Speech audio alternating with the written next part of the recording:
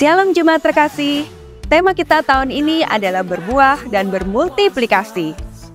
Puji syukur kepada Tuhan atas kesehatan dan semangat yang luar biasa untuk memuji dan memuliakan nama Tuhan. Kami juga menyambut dengan sukacita bagi Bapak Ibu Saudara-saudari yang baru pertama kali hadir. Selamat datang, selamat beribadah dalam keluarga Allah. Welcome to Abba Love Ministry.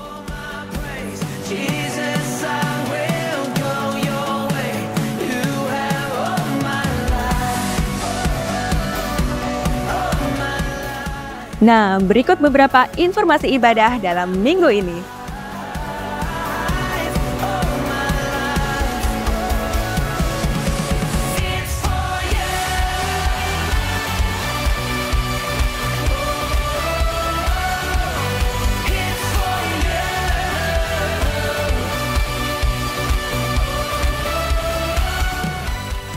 Kami mengajak semua jemaat untuk tetap bersemangat dan antusias dalam pembacaan Ayo Bersepakat Baca Alkitab, Abba, Jurnal Kehidupan di tahun 2024 ini. Jangan lupa ya, konsel berdoa akan dimulai kembali pada hari Jumat, tanggal 10 Mei 2024, pukul 7 malam, bertempat di lantai 3 Abba Love Bali.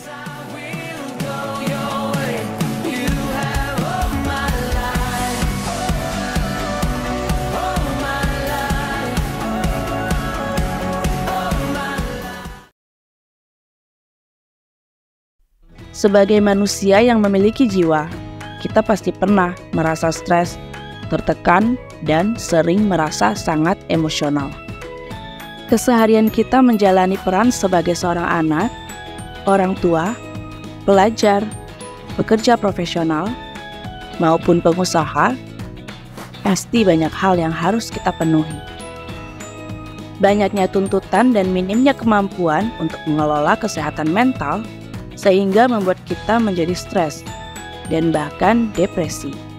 Akibatnya, kita sering sekali mencari pelarian, seperti ingin menghibur diri dengan cara yang salah.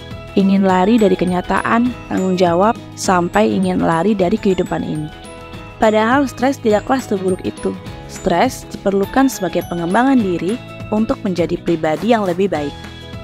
Hadirnya stres dapat meningkatkan limit kemampuan diri kita untuk melangkah ke tahap yang lebih tinggi, alias naik level. Oleh sebab itu, yuk kita sama-sama belajar bagaimana cara mengelola stres supaya kita tidak jatuh ke dalam tahap depresi yang dapat merusak kesehatan mental kita. Dalam ibadah Equipping Youth Pro, Minggu 12 Mei 2024, pukul 11 WITA di Abba Love lantai 3 bersama pembicara Moses Simanjuntak dengan tema Smart Stress Management. Jemaat dapat memberikan persembahan persepuluhan dan pelayanan di BCA atas nama Beta Sandi Tenggara dan Petrus Ariana. Dana misi di BCA atas nama Doni Freddy dan Petrus Ariana. Dan persembahan misi di BNI atau melalui QR Code berikut ini. Jemaat juga dapat memberikan persembahan melalui kotak yang telah disediakan. Dalam Amsal 16 ayat 3, serahkanlah perbuatanmu kepada Tuhan, maka terlaksanalah segala rencanamu. Demikian Abba News Update dalam minggu ini. Segenap kru yang bertugas mengucapkan, selamat hari Minggu, Tuhan Yesus memberkati.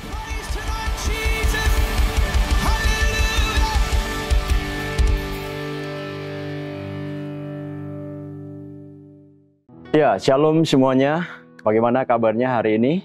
Ya, tanpa terasa kita sudah memasuki bulan yang kelima di tahun 2024 ini. Ya, luar biasa kalau kita melihat bagaimana penyertaan, bagaimana kasih setia dan kekuatan yang Tuhan terus berikan atas kehidupan kita sehingga kita boleh tetap ada sampai hari ini. Ya, mari Bapak Ibu yang dikasihi oleh Tuhan, kita tetap mau mempercayai bahwa seluruh keberadaan kita tetap ada di dalam kedaulatannya. Ya, Bapak Ibu yang dikasihi oleh Tuhan, hampir 3 bulan ya kita berbicara tentang proses bagaimana kita harus tertanam. Apakah itu di dalam jemaat lokal, tertanam di dalam komunitas sel, tertanam di dalam proses pemuritan atau mentoring, terus bagaimana kita menghadapi tantangan-tantangan ketika kita memutuskan untuk tertanam, ya. Hal yang paling penting adalah ketika kita berani memutuskan untuk tertanam, berikutnya adalah bagaimana kita bisa berakar. Ya, karena ya tidak ada pohon yang dapat bertumbuh ya jika tidak berakar. Tapi tidak ada akar yang hidup jika tidak ditanam dulu. Nah, jadi Bapak Ibu yang dikasih oleh Tuhan, ya. Proses pertama sekali kita mulai dengan bagaimana kita bisa tertanam supaya apa? Supaya kita bisa berakar. Hari ini kita akan berbicara tentang bagaimana kita ya bisa berakar yang benar, ya, yang seperti apa. Tema khotbah saya hari ini adalah tentang berakar di dalam Kristus. Bapak Ibu yang dikasih oleh Tuhan, mari kita lihat di dalam kitab Kolose 2 ayat yang ke-6 dan yang ke-7. Firman Allah berkata, "Kamu telah menerima Kristus Yesus, Tuhan kita. Karena itu, hendaklah hidupmu tetap di dalam Dia. Hendaklah kamu berakar di dalam Dia dan dibangun di atas Dia. Hendaklah kamu bertambah teguh dalam iman yang telah diajarkan kepadamu dan hendaklah hatimu melimpah dengan syukur." Bapak Ibu yang dikasih oleh Tuhan, ya, Paulus mengingatkan jemaat yang ada di Kolose pada waktu itu, ya, dengan satu pernyataan pembuka dikatakan, kamu telah menerima Kristus Yesus Tuhan kita. Nah, hari ini setiap kita yang mendengar firman ini, ya, tentunya kita adalah orang-orang yang sudah menerima Kristus sebagai Tuhan di dalam kehidupan kita. Kalau kita belum menerima Yesus sebagai Tuhan, inilah kesempatan ya untuk kita mengambil keputusan menerima Dia sebagai Tuhan atas kehidupan kita. Paulus mengatakan, kamu telah menerima Kristus Yesus Tuhan kita. Setiap kita sudah menerima Kristus Yesus sebagai Tuhan di dalam hidup kita. Karena itu, hendaklah hidupmu tetap di dalam Dia. Nah, Bapak Ibu yang dikasih oleh Tuhan, setiap kita sudah menerima Yesus ya sebagai Tuhan di dalam kehidupan kita, ya. Kita wajib untuk tetap hidup di dalam Dia. Jadi jangan cuman sekedar berkata, "Oh, saya sudah menerima Yesus sebagai Tuhan dan juru selamat di dalam hidup saya," ya. Karena saya sudah dijamin pasti selamat, lalu hidup saya sesuka saya. Nggak bisa. Paulus mengatakan, kalau kamu sudah menerima Yesus sebagai Tuhan di dalam kehidupanmu, maka kamu wajib tetap hidup di dalam Dia. Hukumnya wajib, tidak bisa ditawar. Kenapa?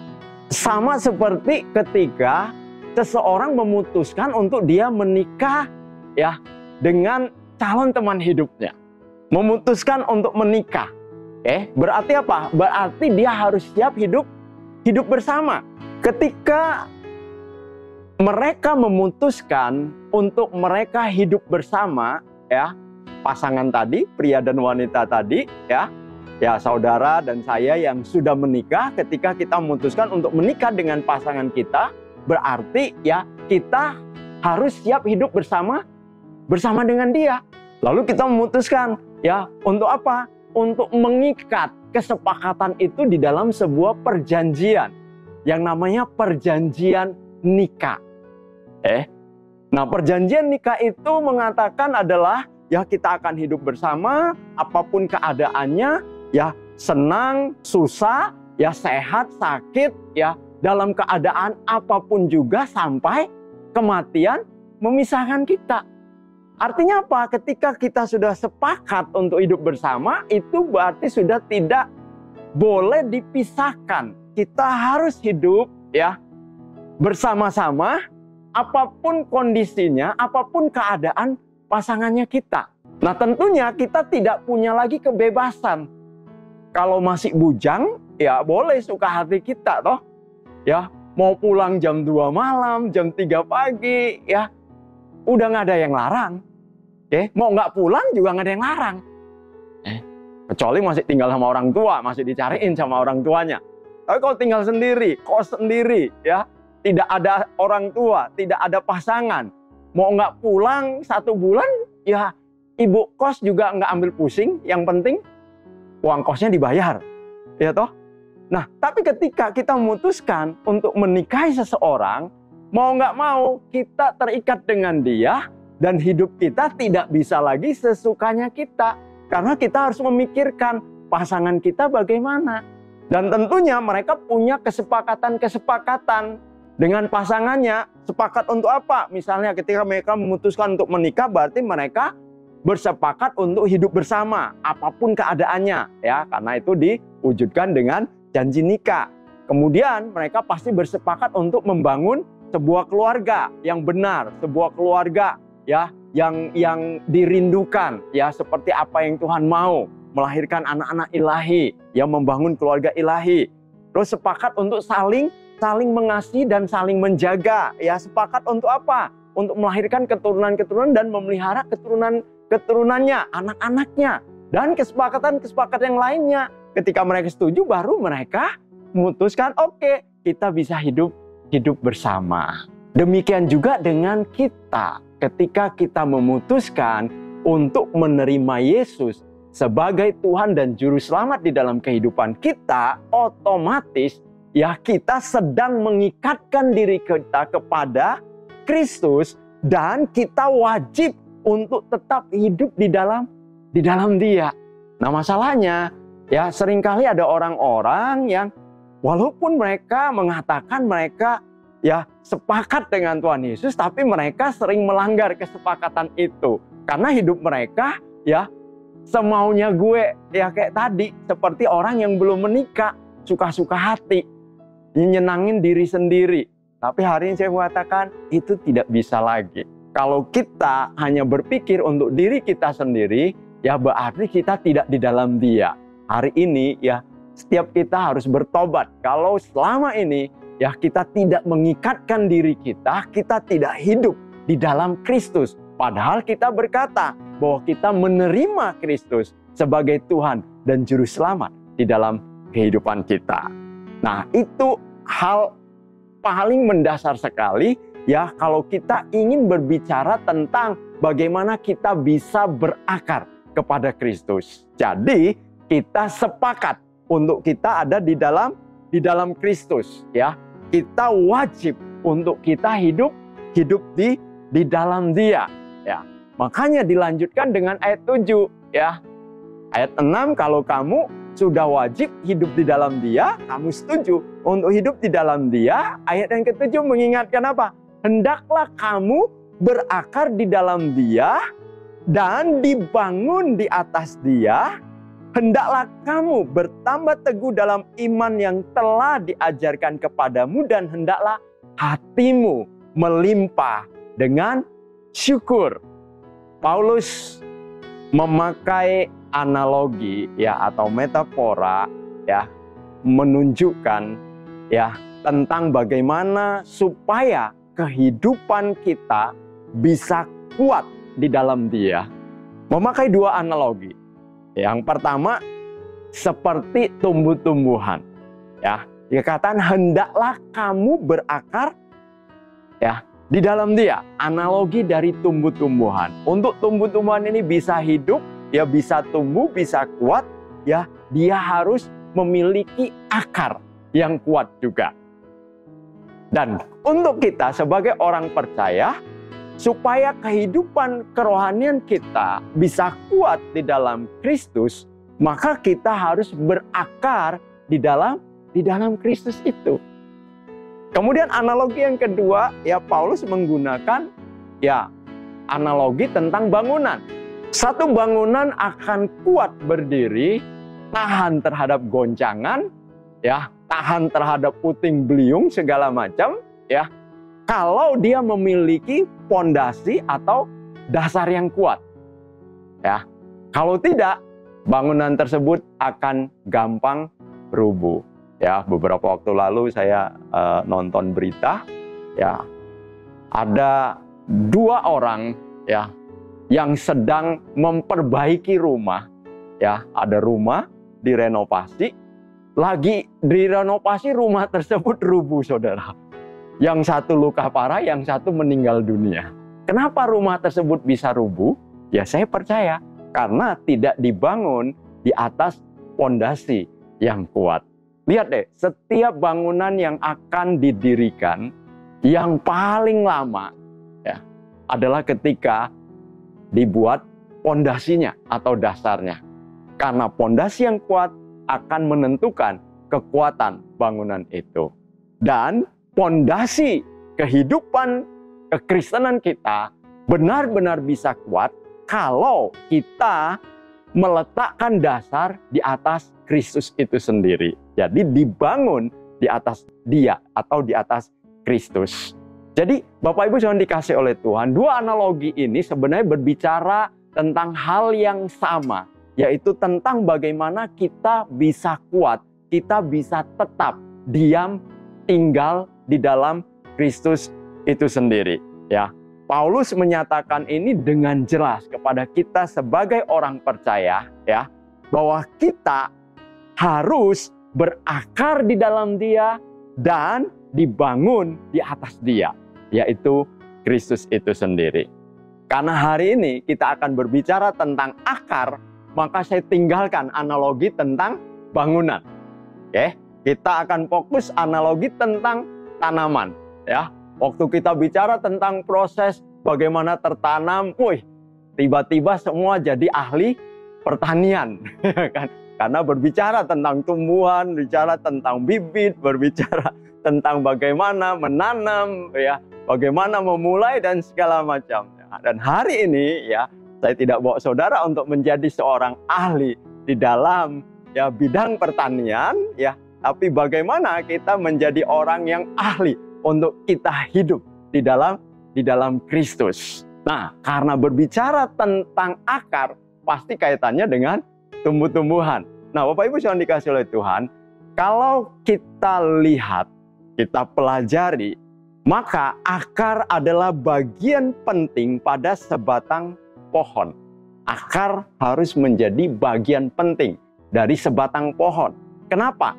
Ya, karena akar itu ya berfungsi untuk menyerap sari-sari makanan, menyerap air yang dibutuhkan untuk proses bagaimana pohon tersebut bisa tumbuh, ya. Kemudian akar itu berfungsi untuk apa? Untuk menopang agar pohon ini bisa tetap kuat berdiri. Kalau akarnya kuat, maka kuatlah pohon tersebut. Dia akan bertahan dari tiupan angin, badai, puting beliung, dia akan tetap bertahan. Tapi kalau akarnya lemah, maka dia akan sangat gampang sekali dirubuhkan. Jadi akar menentukan kekuatan sebatang pohon.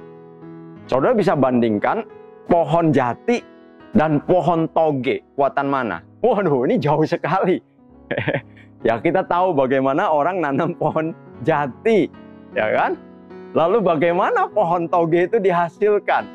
Ya, pohon toge berakar nggak? Berakar. Tapi kuat berapa hari? Nggak sampai 1 hari. Ya, paling beberapa jam. Oke? Lihat deh, toge kalau pagi itu baru di pasar tuh seger. Tapi kalau udah siang, udah kisut, saudara. Kenapa? Ya dia berakar, tapi akarnya tidak ditanam. Beda dengan pohon jati atau yang kita pernah pelajari tentang pohon kurma, ya. Nah, jadi akar itu menentukan, ya, apakah pohon ini akan kuat bertahan atau pohon ini akan lemah dan gampang rubuh atau tumbang. Kemudian akar pada sebatang pohon itu berfungsi untuk menyimpan cadangan makanan, ya, dan juga alat respirasi. Respirasi itu adalah alat sistem pernapasan bagi sebatang pohon. Nah, sebenarnya banyak lagi kalau bicara tentang akar, ya, tapi saya hanya ambil 3 karena ini bisa dikaitkan dengan proses kita sebagai orang percaya yang berakar di dalam Kristus. Jadi yang pertama, akar itu fungsinya untuk menyerap sari makanan dan air yang dibutuhkan untuk proses pohon tersebut bertumbuh. Kedua, akar itu akan menopang, ya, supaya pohon tersebut bisa tetap kuat berdiri. Semakin kuat akarnya atau semakin dalam, maka semakin kuatlah dia. Semakin lemah akarnya, maka semakin lemahlah batang pohon tersebut. Kemudian akar itu menyimpan cadangan makanan dan juga sebagai alat respirasi. Ya, oh ada pohon yang nyimpan cadangan makanan di akarnya? Oh ada, ya. Umbi-umbian khususnya ya, itu bisa dilihat dengan jelas. Alat respirasi pernapasan, ya itu bisa dilihat misalnya di pohon yang ada banyak di Bali, pohon beringin. Ya, nah itu membantu proses pernapasan, bahkan proses fotosintesa juga dilakukan melalui akar. Nah, lalu apa kaitannya kita sebagai orang percaya? Sama seperti akar pohon tersebut, jika kita ya sebagai orang percaya ini berakar di dalam Kristus, maka kita akan mendapatkan suplai ya, makanan rohani kita untuk memampukan kita terus bertumbuh di dalam Dia, bertumbuh ke arah keserupaan dengan Kristus. Karena akarnya itu ya tertanam di dalam, ya berakar di dalam Kristus. Semakin dalam ya, maka semakin kuatlah kita di dalam Kristus. Jadi yang kedua ya, ketika kita berakar di dalam Kristus, itu akan menjadikan kita kuat ya. Ketika kita menghadapi tantangan dan cobaan di dalam kehidupan. Kadang ada orang-orang yang kita menemukan ya, kenapa mereka demikian gampang menyerah, demikian gampang kalah, dan demikian gampang putus asa ketika mereka menghadapi situasi-situasi yang sulit di dalam kehidupan mereka. Ingat, selama kita masih hidup di tengah-tengah dunia ini, ingat masih hidup, kita tidak akan pernah namanya luput dari masalah. Ya, selalu aja ada hal-hal yang harus kita hadapi. Ada tantangan, ada masalah, ya. Kadang ada ujian atau cobaan ya yang terjadi di dalam kehidupan kita. Kita nggak bisa luput dari itu selama kita masih hidup, selama kita masih bernapas. Ya, hanya orang mati saja yang sudah tidak ada masalah. Karena apa? Mereka yang membuat masalah sekarang. Jadi, kita akan selalu menghadapi masalah. Ada orang-orang yang demikian bisa kuat ya ketika mereka menghadapi tantangan, permasalahan di dalam kehidupan mereka, tetapi ada orang-orang yang demikian lemah. Padahal mereka memiliki Tuhan yang sama. Mereka tiap hari maksudnya tiap minggu datang beribadah yang sama. Mungkin mereka juga ikut komsel, mungkin mereka juga ikut aktivitas-aktivitas rohani yang sama. Tetapi kenapa yang satu bisa kuat, kenapa yang satu bisa lemah? Tergantung dari apa? Dari akarnya. Apakah dia berakar di dalam Kristus semakin hari semakin kuat, ataukah dia hanya ada di permukaannya saja? Nah, beberapa waktu yang lalu kita sudah mendengar firman tentang benih yang jatuh, ya, jatuh di tanah yang berbatuan, habis dimakan burung. Jatuh ya di pinggir jalan tadi ya, habis dimakan burung. Kemudian jatuh di batu-batuan, tumbuh sebentar, kemudian mati. Kemudian benih yang jatuh di semak belukar, ya tumbuh tapi juga mati karena dihimpit oleh godaan-godaan lainnya. Ya, tetapi ketika dia jatuh di tanah yang subur, maka dia akan berakar kuat ke bawah, dia akan bertumbuh ke atas, dan dia akan menghasilkan buah. Nah, kita mau berakar di mana? Hanya di permukaan saja? Atau justru juga tidak berakar, ya, seperti tadi yang di pinggir jalan tadi?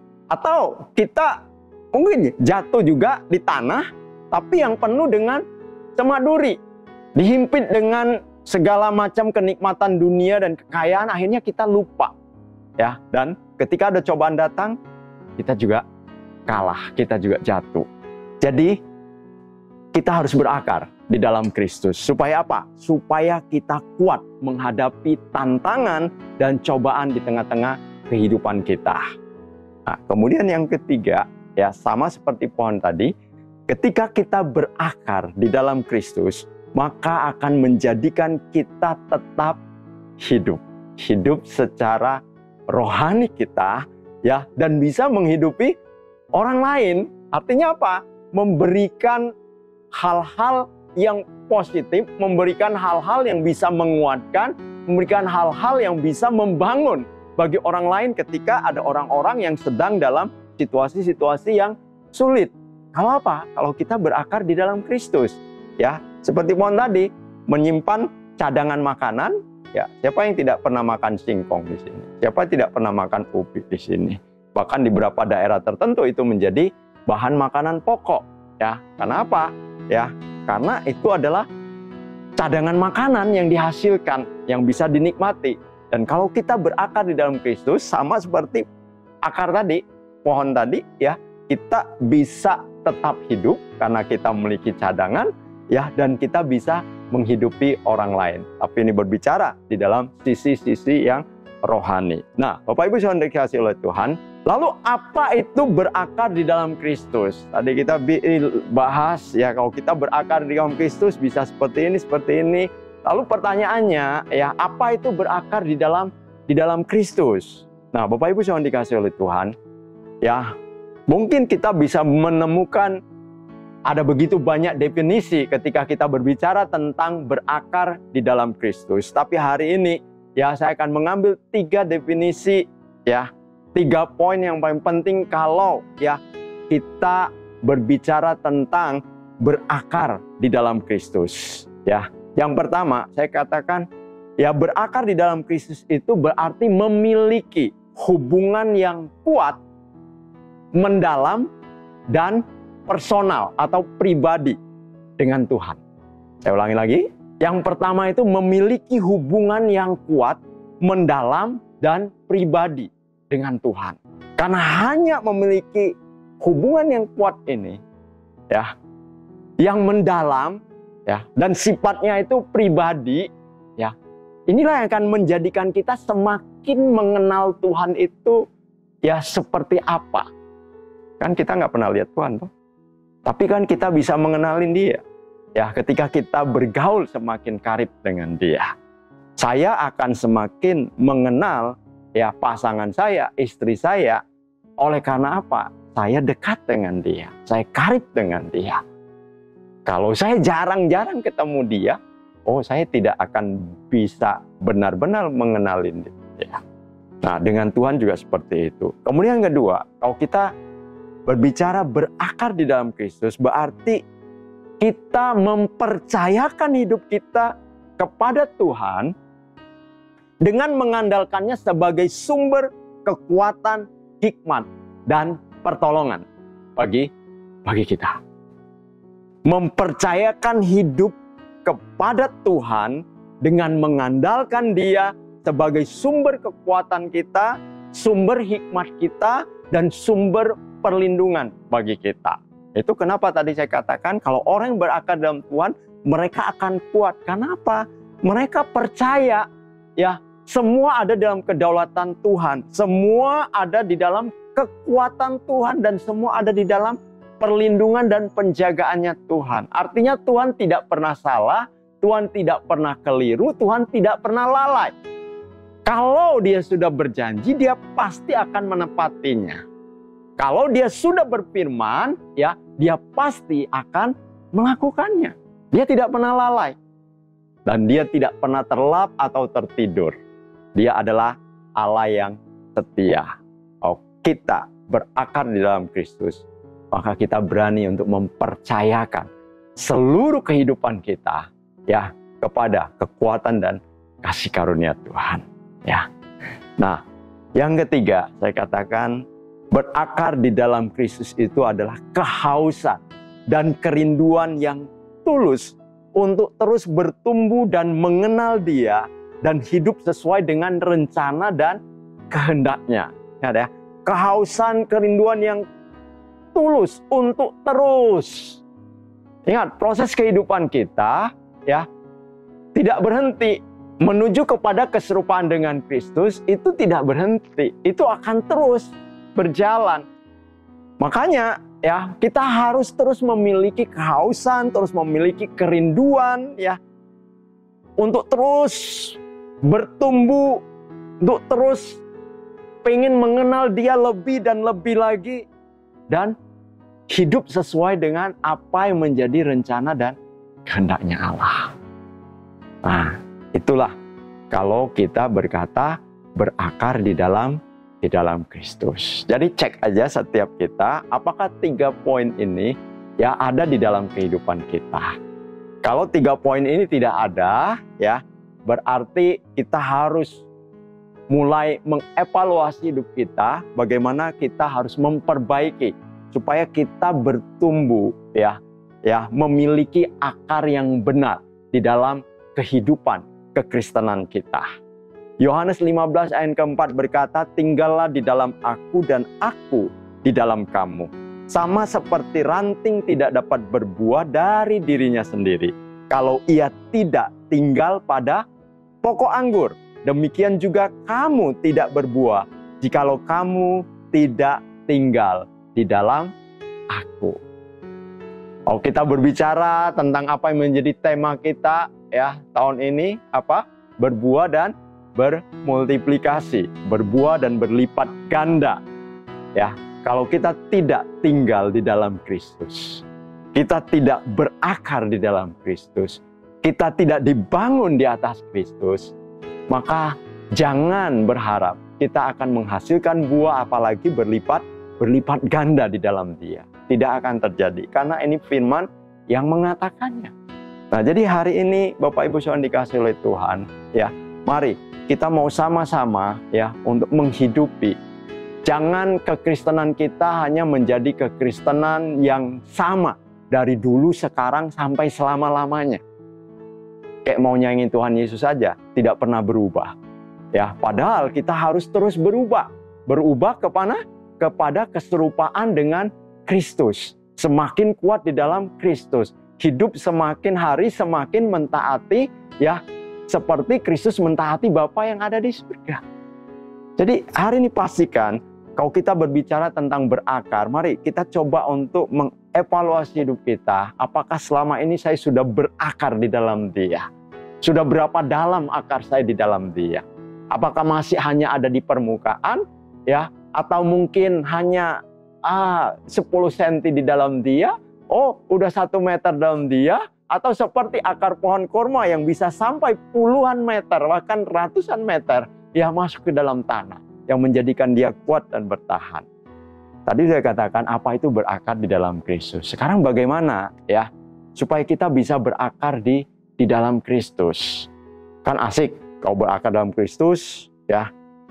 Tapi bagaimana caranya? Ada 4 poin yang saya akan berikan, ya. Dan nanti ini akan diteruskan untuk pembicara-pembicara selanjutnya untuk bisa dibahas lebih mendalam dan lebih mendetail lagi ketika berbicara tentang berakar di dalam Kristus.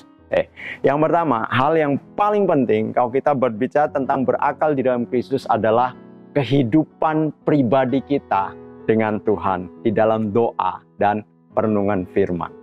Tidak ada cara lain lagi untuk kita bisa mengenal Allah kita. Ya, semakin mengenal Dia, kita akan semakin sayang. Semakin mengenal Dia, ya kita akan semakin mengasihi Dia. Semakin mengenal Dia, kita akan semakin mempercayakan kehidupan kita kepadanya. Nah, caranya untuk mengenal Dia seperti apa? Kan kita tahu bahwa Tuhan tidak bisa dilihat kasat mata. Tetapi kita mempercayai, ya, firman-Nya itu menceritakan tentang Allah. Bukan hanya menceritakan tentang Allah, tapi firman itu adalah Allah itu sendiri. Oleh sebab itu perlu ya dan penting sekali untuk kita membangun kehidupan pribadi di dalam doa dan perenungan firman supaya kita semakin mengenal Dia. Pertanyaannya, berapa banyak waktu yang engkau sisihkan ya untuk engkau membangun kedekatanmu dengan Tuhan Allahmu? Berapa banyak waktu yang engkau sisihkan untuk engkau membaca dan merenungkan firman Tuhan setiap hari di dalam kehidupanmu? Nah, kita sudah punya Aba yang membantu kita supaya kita punya bacaan rutin, ya sepakat sebagai jemaat Aba Love yang ada di Bali ini. Tiap bulan ya dikasih, tinggal dibuka, lihat, baca, renungkan. Berapa lama sih kita perlu waktu untuk membaca 4 pasal dalam 1 hari? Ya, paling banyak 4 pasal. Ada sampai 5 pasal, Pak Ferdinand? Ya ada. Ya, tapi itu jarang sekali. Ya biasanya kalau pasal-pasal yang pendek-pendek, nah itu bisa 5 pasal, tapi pendek-pendek. Ya berapa waktu sih yang kita butuhkan lamanya untuk kita membaca firman yang notabene cuma 5 pasal. Ya paling setengah jam. Setengah jam juga sudah lama sekali. Ya oke lah, setengah jam atau 1 jam kalau kita ambil baca, lihat, mulai sambil merenungkan. Nggak banyak waktu yang dibutuhkan. Dibanding berapa banyak engkau bermain TikTokan. Berapa banyak engkau habisin waktumu untuk lihat update status, ya lihat sosial media di dalam 1 hari di dalam kehidupanmu. Berapa banyak engkau menjawab WA, ya kan, mengirim WA, ya kan, dan segala hal yang lain. Lah, cuman 1 jam masih tidak bisa. Rasanya aneh sekali. Ya, kalau kita mengasihi seseorang, rasanya 1 jam itu kurang untuk kita ada tetap bersama-sama dengan dia, betul? Lihat orang yang lagi jatuh cinta atau orang yang lagi pacaran, kira-kira 1 jam ya berasa, aduh kayak 1 menit aja, ya cepat berlalu. 1 hari berasa 1 jam. Kenapa? Karena dekat orang yang disayang. Ya, kalau bisa, wah seharian ada bersama-sama dengan dia. Nah, kalau engkau mengasihi Tuhan Allahmu, saya percaya 1 hari rasanya tidak cukup ya untuk kita membangun kebersamaan kita dengan Dia. Oleh sebab itu, sisihkanlah waktu-waktu yang terbaik untuk engkau berdoa, untuk engkau merenungkan firman Tuhan, untuk engkau membangun kedekatan dengan Tuhan, supaya engkau bisa mengenal Dia lebih lagi. Karena apa? Karena Dia adalah pokok anggur tadi. Di luar Dia, kita tidak bisa apa-apa. Makanya kita harus semakin mengikatkan diri kita, ya semakin dalam dengan Dia melalui doa dan perenungan firman. Kemudian hal yang kedua, tadi saya sudah katakan mulai dari kalau orang tidak ditanam, nggak mungkin dia akan bisa berakar dan kuat. Oleh sebab itu, kalau kita mau berakar di dalam Kristus, maka kita harus tertanam di dalam tubuh Kristus. Tubuh Kristus itu adalah gereja lokal, jemaat lokal yang ada. Kita harus tertanam. Kalau nggak tertanam, ya saya pastikan engkau tidak akan kuat. Ya, bisa berakar, bisa seperti toge tadi, ya berakar. Ya, tapi sebentar aja kisut. Ya belum diapa-apain, sudah mati. Makanya harus tertanam ya di dalam satu gereja lokal, tertanam di dalam tubuh Kristus. Kan mau berakar di dalam Kristus, ya harus tertanam di dalam tubuhnya lah. Ya, kalau nggak dalam tubuhnya, kamu mau berakar di mana? Nah, tubuh Kristus ya kita percayai kalau di jemaat lokal di sini, ya selain ibadah raya bersama kita, ya sebagai komitmen untuk kita bersekutu sebagai keluarga besar Abalot, kemudian kita punya skup ya, keluarga yang lebih kecil yang kita sebut ada di dalam komunitas selnya kita, ya, dan ada yang lebih personal lagi, yaitu di dalam pemuritan atau mentoring. Ibrani 10 ayat 25 sudah mengingatkan kita, janganlah kita biasakan diri untuk menjauhkan ya diri kita dari pertemuan-pertemuan ibadah. Ya, artinya apa? Persekutuan dengan orang-orang percaya yang ada di dalam jemaat lokal di mana kita berada. Jadi dengan Tuhan sebagai kepalanya, tadi yang pertama, kehidupan pribadi dengan Allah karena Dia sebagai kepala. Yang kedua, ya, kehidupan kita bersekutu dengan tubuhnya, ya, tertanam di dalam jemaat lokal, ya. Nah, kemudian yang ketiga, bagaimana kita harus berani hidup di dalam ketaatan dan bayar harga. Taat kepada apa yang Tuhan ajarkan. Kita sering mendengar, kita sering baca, ingat ketika kita berhubungan dengan kepala tadi, merenungkan firman, membaca firman, kemudian kita berdoa, kita berbicara kepada Tuhan, lalu Tuhan mengingatkan sesuatu kepada kita, ekspresinya apa? Ya kita harus hidup di dalam ketaatan dengan Dia. Dalam ketaatan itu selalu ada harga yang harus dibayar. Makanya Tuhan Yesus mengingatkan kita, kalau kita mau ngikutin Dia, maka harus nyangkal diri dan pikul salib. Nyangkal diri, ya. Mentaati Allah tidak enak bagi daging kita. Tapi kita harus berani untuk menyangkal diri. Harga yang harus kita bayar ya nyangkal kedagingan kita supaya kita hidup ya berkenan kepada Allah. Begitu kita ada di dalam Kristus ya, kita connect dengan sang kepalanya, kita bersekutu dengan tubuhnya, ada hal-hal yang diingatkan kepada kita, maka kita harus taat ya Dan di dalam ketaatan itu selalu ada harga yang harus kita bayar. Harga apa? Ya, menanggalkan ego kita, menanggalkan hal-hal yang menyenangkan daging kita. Jadi yang ketiga, ya, hidup dalam ketaatan dan bayar harganya. Yang keempat, ya, kalau kita hidup dalam ketaatan, kita berani bayar harganya, saya percaya kita sudah mati terhadap ego kita, maka kita akan mudah untuk melayani, ya, di dalam kasih.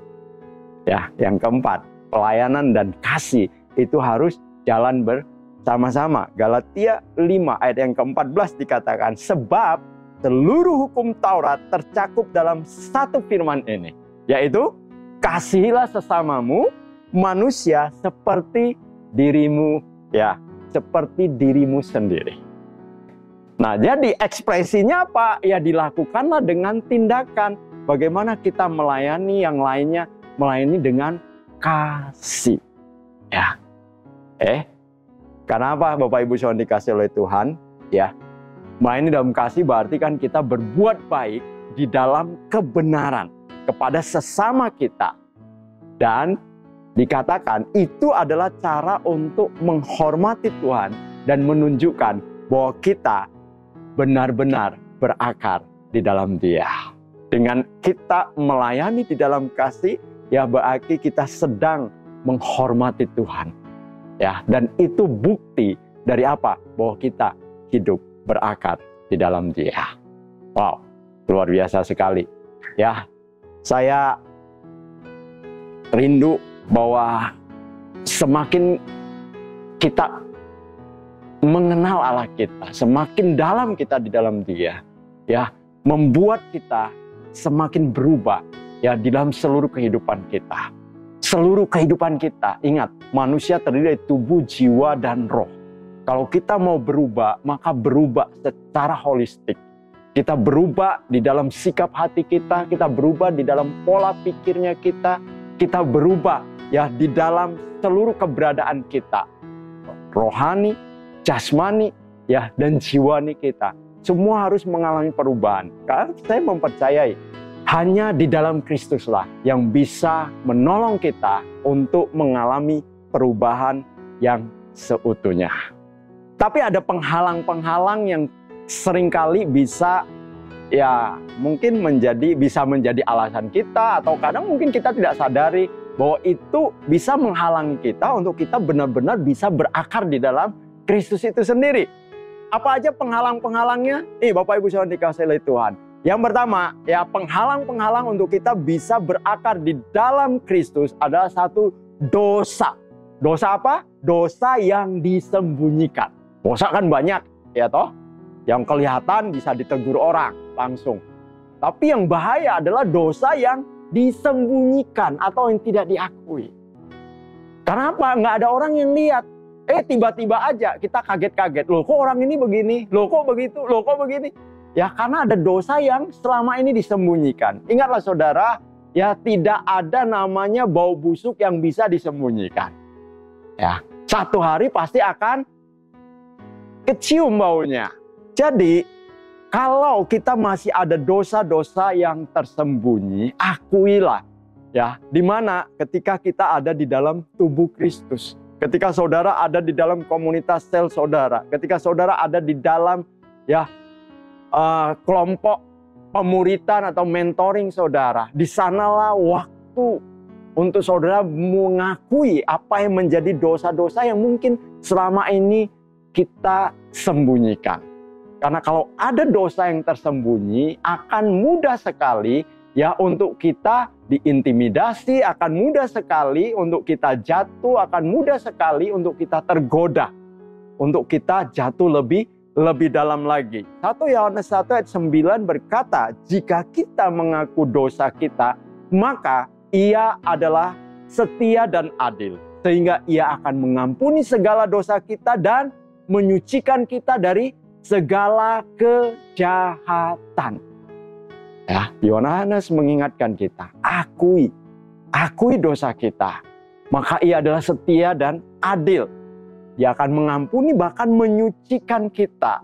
Pohon hanya akan tumbuh baik kalau dibersihkan. ya, gulma-gulma yang ada di sekitarnya, rumput-rumput, semak-semak yang ada di sekitarnya.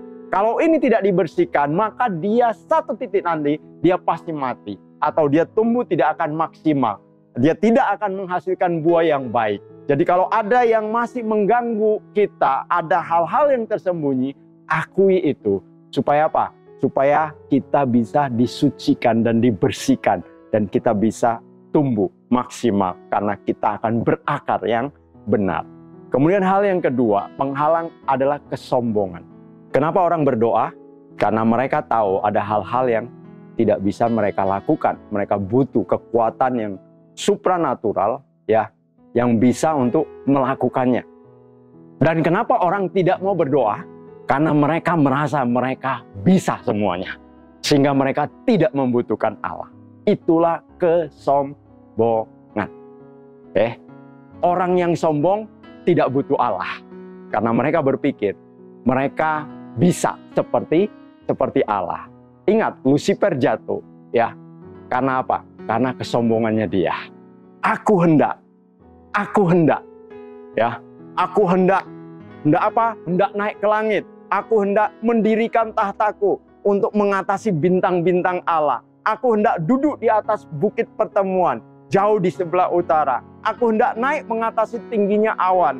Ya, aku hendak menyamai yang maha tinggi. Yesaya 14 ayat 13 dan ke-15. Ayat 15 katakan, sebaliknya. Firman Tuhan berkata, ke dalam dunia orang mati engkau diturunkan. Ke tempat yang paling dalam di liang kubur. Jadi kesombongan itu ya bukan membuat seseorang akan semakin tinggi.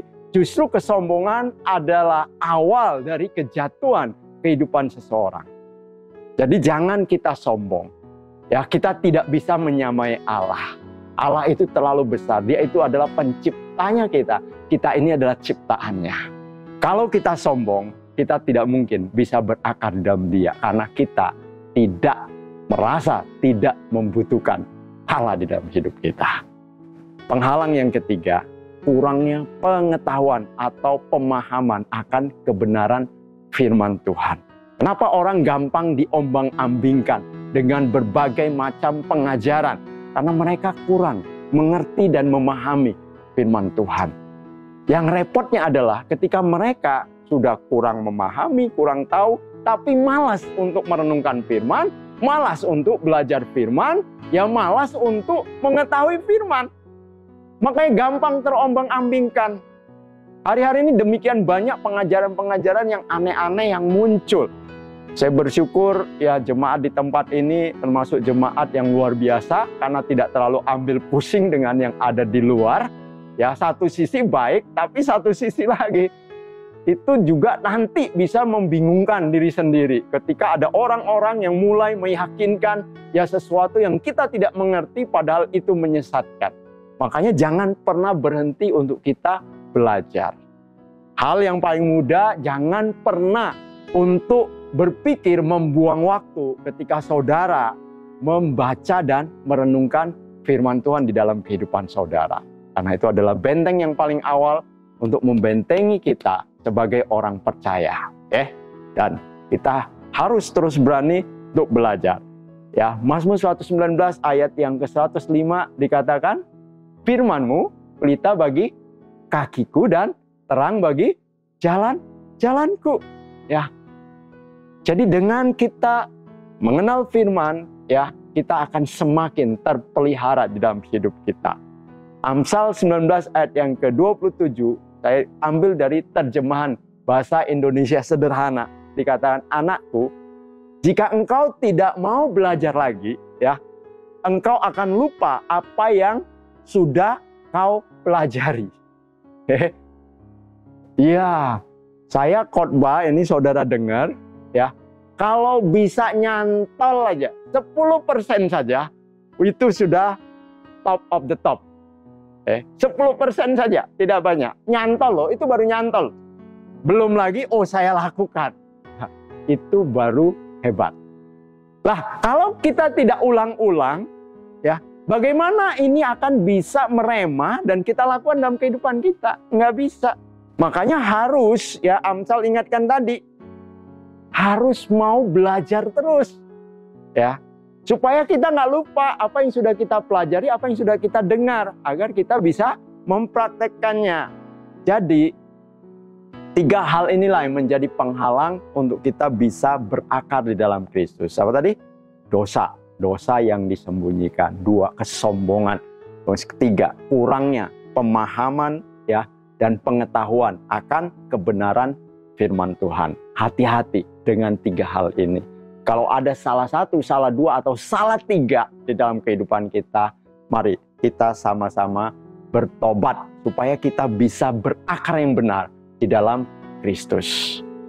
Wow, luar biasa sekali. Bapak Ibu yang dikasihi oleh Tuhan. Hari ini saya mengingatkan kita, tidak ada yang sia-sia ketika kita membangun kehidupan kita di dalam Tuhan. Ketika kita mengkomitkan diri kita untuk tetap ada di dalam Dia. Kamu telah menerima Kristus Tuhan kita. Ya. Karena itu, hendaklah apa? Hidupmu tetap di dalam Dia. Hendaklah kamu berakar di dalam Dia dan dibangun di atas Dia. Hendaklah kamu bertambah teguh dalam iman yang telah diajarkan kepadamu, dan hendaklah hatimu melimpah dengan syukur. Karena semua itu yang akan membawa kita semakin hari semakin serupa dengan Kristus itu sendiri. Tuhan Yesus memberkati.